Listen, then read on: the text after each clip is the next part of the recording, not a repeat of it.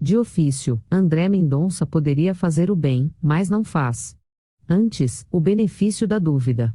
Sempre. Por isso há alguns meses perguntei se o ministro André Mendonça, na época o calouro do STF, estava sendo prudente, no sentido de cauteloso, não daproneses, ou covarde, no sentido de fraco e frouxo, com um tantinho de parvo mesmo. Na época, defendi que o ministro estava sendo cauteloso. Que Mendonça agia como um hábil boxeador estudando a adversário. Errei. Porque a cada vez que Mendonça e a maldita súmula 606 para baixar a cabeça aos desmandos de Alexandre de Moraes ele está sendo, escrevo. Não escrevo. Posso escrever? Escrevi, covarde. Terrivelmente covarde.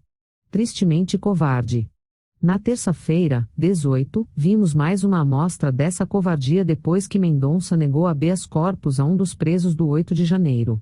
O réu é Luiz Carlos de Carvalho Fonseca, um contador de 63 anos, condenado por Alexandre de Moraes a 17 anos de reclusão nas masmorras do Estado, o que equivale a uma prisão perpétua, uma vez que ele só sairá da prisão um octogenário. A não ser que haja progressão de pena, mas mesmo assim. Todo mundo sabe que para um sexagenário o tempo é naturalmente mais escasso. Nada disso serviu para sensibilizar André Mendonça, nomeado ministro do STF por Jair Bolsonaro, supostamente por influência da ex-primeira-dama. O requisito, na época, chamou a atenção: Mendonça seria terrivelmente evangélico. A fama, contudo, não resistiu à sabatina do ministro do Senado, quando, me lembro bem, André Mendonça praticamente pediu desculpas aos senadores esquerdistas por ser cristão e por supostamente ter o evangelho como bússola moral. Supostamente. Súmula 606. A justificativa para a manutenção da prisão de Luiz Carlos de Carvalho Fonseca é a mesma usada por Mendonça para negar habeas corpus a Cleriston Pereira da Cunha, o Clesão. Lembram dele? É uma mistura de falta de caráter e apego mais do que positivista às regras da Suprema Corte.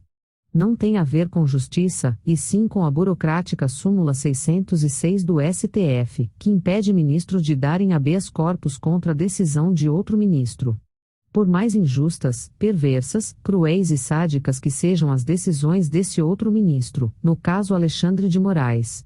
Desde quando uma porcaria de uma súmula do STF pode se sobrepor ao conceito nobilíssimo e cristianíssimo de justiça, essa que se escreve com letra maiúscula?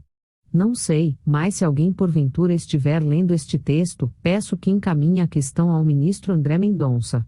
Só peço que ele responda a mim e aos meus leitores num português decente, e não naquele juridiquês cafona cheio de mesóclises e latinórios e que só serve para disfarçar o que vou chamar mais uma vez de covardia, porque covardia é.